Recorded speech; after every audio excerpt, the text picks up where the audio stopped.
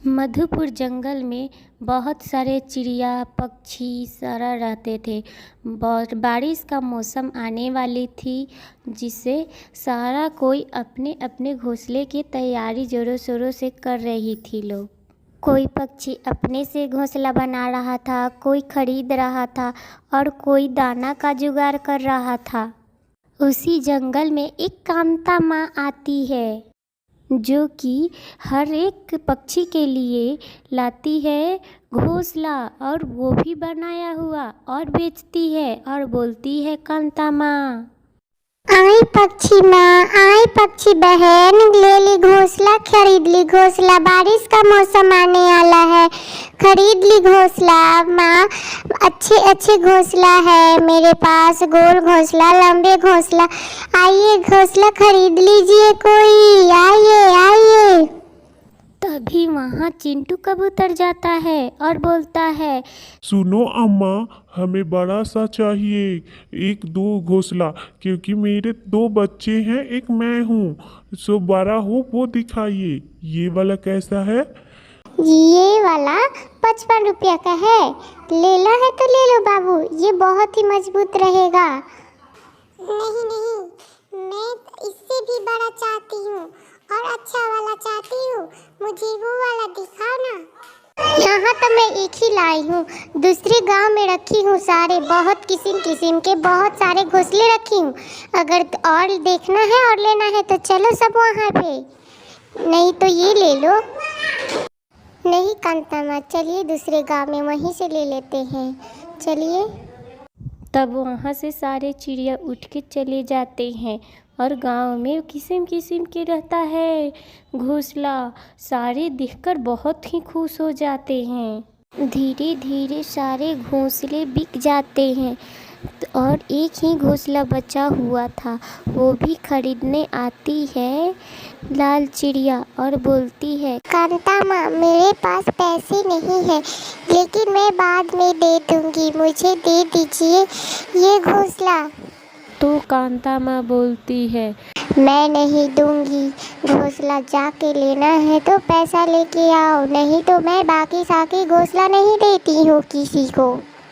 कांता माँ नहीं देती है घोंसला, और वहाँ से लाल चिड़िया चली जाती है मुँह उदास करके। जाओ जाओ, जा रही हो तो जाओ, लगता है कि मेरा घोंसला बिकेगा ही नहीं। तब तक शाम हो जाता है, और शाम होते ही बारिश का स्टार्ट हो जाता है, और बारिश के साथ साथ बिजलियाँ भी कड़कने लगती है। और तो लाल चिड़िया बहुत ही डर जाती है, और सारे चिड़िया अपने अपने घोंसले में रहती है, और लाल चिड़िया के पास एक भी घोंसला नहीं था।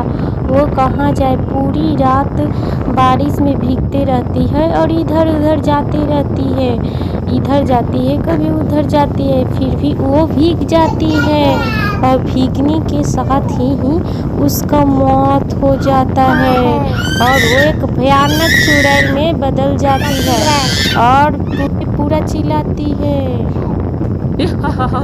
मैं इस गांव को सर्वनाश कर दूंगी, और कांता माँ को नहीं छोड़ूंगी, क्योंकि वो मुझे उधार घर नहीं दी थी, अब उसका मैं सर्वनाश कर दूंगी। और क्या करती है कि वो टांगा लेके इधर से उधर, उधर से इधर घूमती रहती है लाल चिड़िया। मैं उसकी वजह से मौत के घाट उतरी हूँ, मैं अब उसे नहीं छोड़ूंगी, इधर से सारा चिड़िया को मुआ दूंगी, मैं उसे मार डालूंगी, बदला लूंगी, मैं बदला। सुबह सुबह उठते ही सारी चिड़िया आपस में बात करने लगते हैं और बोलते हैं, सुनो बिंदिया बहन, लाल चिड़िया का तो मौत हो चुका है बारिश में भीगते भीगते। वो बेचारी गरीब थी, लेकिन उसको कोई नहीं दिया घर में रहने, इसीलिए उसका मौत हो चुका है। हाँ बहन, मैं जानती हूँ उसका मौत हो चुका है, लेकिन अच्छी थी बेचारी।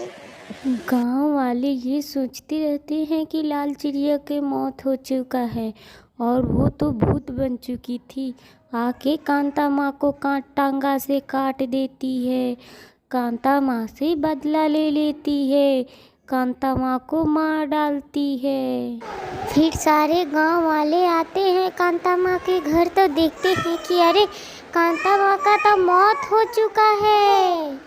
जानकीपुर गांव में टुन्नी चिड़िया और उसकी बेटी बिंदिया रहा करती थी, जो कि बिंदिया चिड़िया के पापा भी रहा करते थे, बुल्लू चिड़िया, जो कि कोई काम नहीं किया करते थे। और बिंदिया चिड़िया एक दिन किडनैप हो जाती है। उसको लाल चिड़िया भूत ने किडनैप कर लिया था, जो कि चुड़ैल थी एक, और इसी के कारण पूरा रो रही थी। टुन्नी चिड़िया पूरा रो रही थी और बोल रही थी, जाओ ना मेरे बच्चे को खोज के ले आओ, ना जाने कौन ले गया मेरे बच्चे को। मेरे बच्चे को ले आओ। पूरे जंगल में ढूंढ रही थी, फिर भी नहीं मिली, तो वो जाके एक मंदिर में रो रही थी, जो दुर्गा माँ की मंदिर था। हे माँ, मेरे बच्चे को खोज दो, ना जाने वो कहाँ चली गई है। पूरे खोज रहे हैं, नहीं मिल रही है। हे माँ, कृपा करो, मेरे बच्चे को ढूंढ दो, वो सुरक्षित रहे। तब बिंदिया चिड़िया के पापा बोलते हैं, सोनम, टुन्नी चिड़िया, मैं जा रहा हूँ कोई और जंगल में खोजने, तुम यहीं पे रहो। ठीक है, तुम जाओ, मैं यहीं पे रहती हूँ और मैं देखती हूँ कि क्या कर सकती हूँ। अब तो दुर्गा माँ ही कुछ हम लोगों को रास्ता दिखाए, ना जाने कैसा होगा मेरा बेटी और कैसी होगी, ना जाने। हे माँ, मेरी बेटी को रक्षा करना तुम। फिर वहाँ से बुल्लू चिड़िया उड़ के चला जाता है दूसरे जंगल में खोजने के लिए।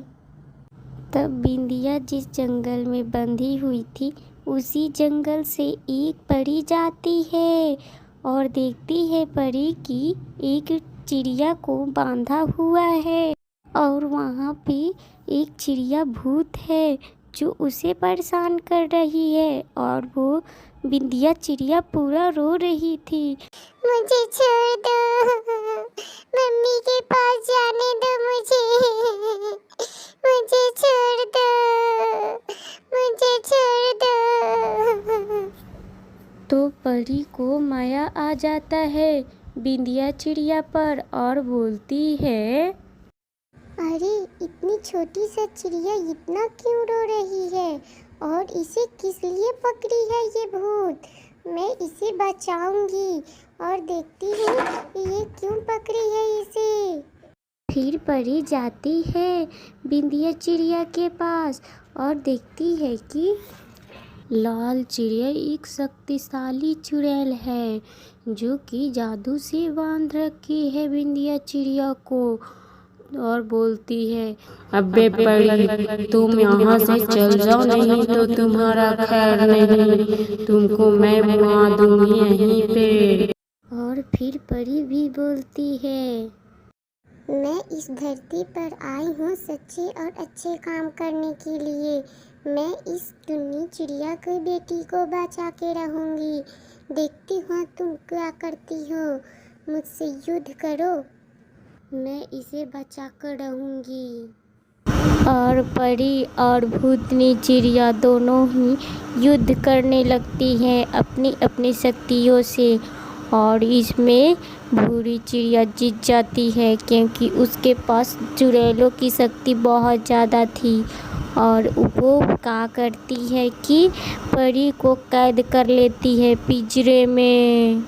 और लाल चिड़िया भूतनी बोलती है, मैं हूँ इस जंगल की महान चुड़ैल, मेरे पास बहुत शक्ति है, कोई नहीं हरा सकता है मुझे, परी तुम भी नहीं। ऐसा कहती है तो चुड़ैल सोचने लगती है, अरे ये तो इतनी खतरनाक है कि पूरे जंगल को सर्वनाश कर देगी। कैसे इससे बचाएं और मैं कैसे बचूं? पता नहीं अब क्या करेगी ये चुड़ैल। और लाल चिड़िया ले जाती है बिंदिया चिड़िया को और उधर हत्या कर देती है, लाल चिड़िया को मुआ देती है। और इसी तरह बहुत सी चिड़िया को पकड़ने के लिए योजना बनाती है। इस जंगल की मैं बनूंगी बहुत ही शक्तिशाली चुड़ैल। परी जिस रास्ते में कैद थी उसी रास्ते से एक नागिन जा रही थी और नागिन देखती है कि अरे ये तो एक परी है जो कि पिंजरे में कैद है, इसे हमको मदद करना ही होगा। फिर नागिन इंसानी रूप में आ जाती है और परी से बोलती है, तुम्हें यहाँ कौन कैद कर दिया है? तो नागिन पूरी कहानी बताती है और बोलती है, मेरा मदद करो बहन। तो नागिन परी को आज़ाद कर देती है और आज़ाद कर देती है तो परी बोलती है, शुक्रिया बहन, शुक्रिया, लेकिन हम लोगों को बिंदिया चिड़िया को बचाना ही होगा। वो बहुत ही मुसीबत में है, ना जाने वो भूतनी क्या की होगी बिंदिया चिड़िया के साथ। फिर ऐसा कहकर बिंदिया चिड़िया को ढूंढने चली जाती है परी और नागिन। परी उसे देखती है कि मूर्छित अवस्था में गिरी हुई है बिंदिया चिड़िया और वो क्या करती है कि बिंदिया चिड़िया पर कुछ जादू करती है और उसे घायल अवस्था से ठीक कर देती है। फिर उसे स्वस्थ करके घर पहुंचा देती है। बिंदिया चिड़िया, तुम एक शक्तिशाली बन जाओगी। मैं तुम्हें एक जादू देती हूँ जिससे तुम्हें कोई नहीं पकड़ेगा, ठीक है? ऐसा कहती है और फिर बिंदिया चिड़िया घर आ जाती है और अपने माँ बाप को देखकर पूरा रोने लगती है। मम्मी, मुझे नहीं पकड़ ली थी एक चुड़ैल। और सारी कहानी बताती है और उससे बहुत प्यार करते हैं सब माँ बाप और अच्छे से रहने लगती है अपने घर में।